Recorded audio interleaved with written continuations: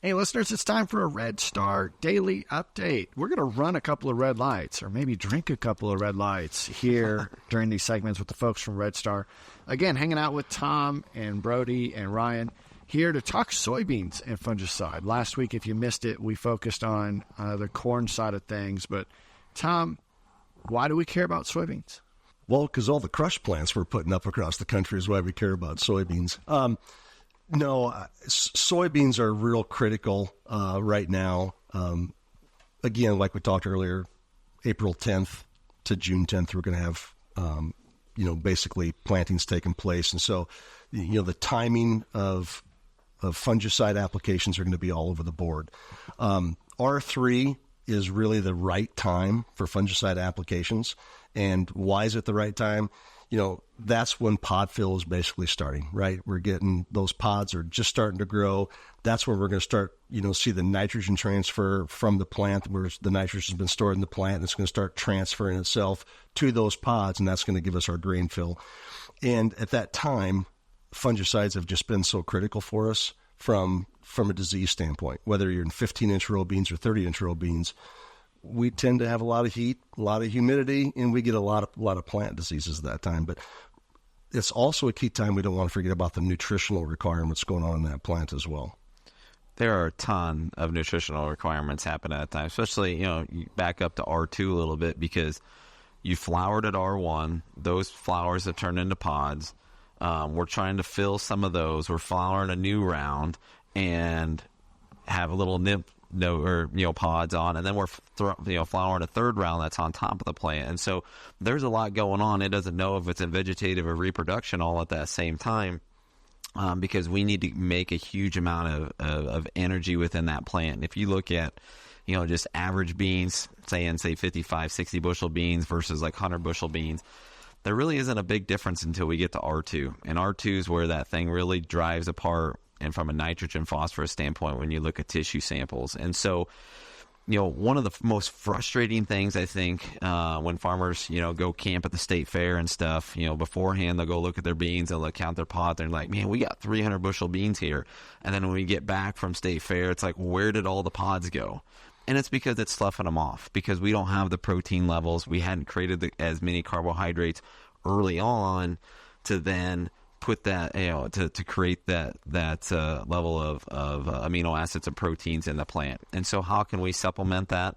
That's where Elevate Plus comes into play. That's where NovaStar comes into play.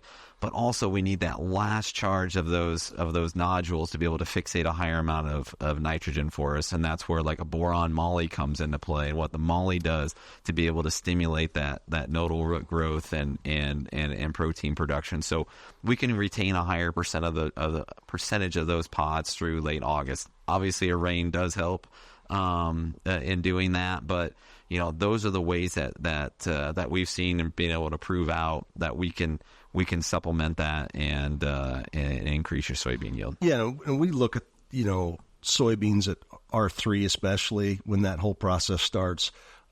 Nitrogen, potash, sulfur, boron, and you mentioned a key one in moly.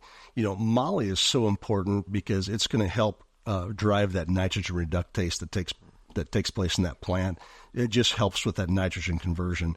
But if you can get those 4 or 5 nutrients with your fungicide at R3, you're just going to see much better soybeans than what you would normally. And one of the things, and if I knew how to do it, I'd be living on an island somewhere.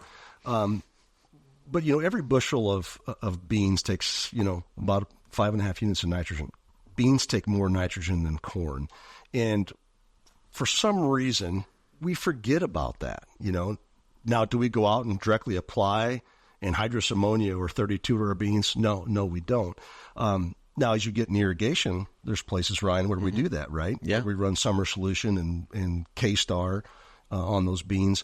Brody, as we get into Iowa and Minnesota and those places where we don't have irrigation, what's been your preferred way to help drive some of those nutrients into soybeans? Part of it's going to depend on, what do you think what has your historical yield potential been? What is it this year? I mean, you got a more economical route where, you got Novastar and Boron Moly. You can go out there at R2 or late R2, early R3, hit it with that. If you want to push those beans even further, that's where like a Novastar, Elevate Plus with maybe K-Star. The K-Star is really big, especially if we are turning off hot and dry at that time frame. The plant can't bring up much potassium, and if you look at the uptake curve, there's a high amount of potassium being taken up there. That's even more effective than just a general potassium acetate in the K-Star. So it still kind of depends on what's happening at that time frame, and going back to the uptake curves. What becomes your limiting factor when things get dry and the plant can naturally bring it up from the soil? Yeah, and once again, it's like we talk. Let's watch the weather. Let's see what's going on and evaluate where you're at that particular time, because it's going to be different. Some places catch rain. Some places are going to stay dry. The nice thing about the portfolio that we have at REDSTAR branded is we've got products that can fit pretty much any one of those gaps to help that plant physiologically drive for maximum yield. That's right. So, Ryan, if they're interested in looking at those products, how do they find you guys? Look us up on Facebook, Twitter, RedStarAndy.com, RedStarBranded.com. I love it. Guys, appreciate it. We know we've got more tips to share with our listeners, so we'll be back again next week.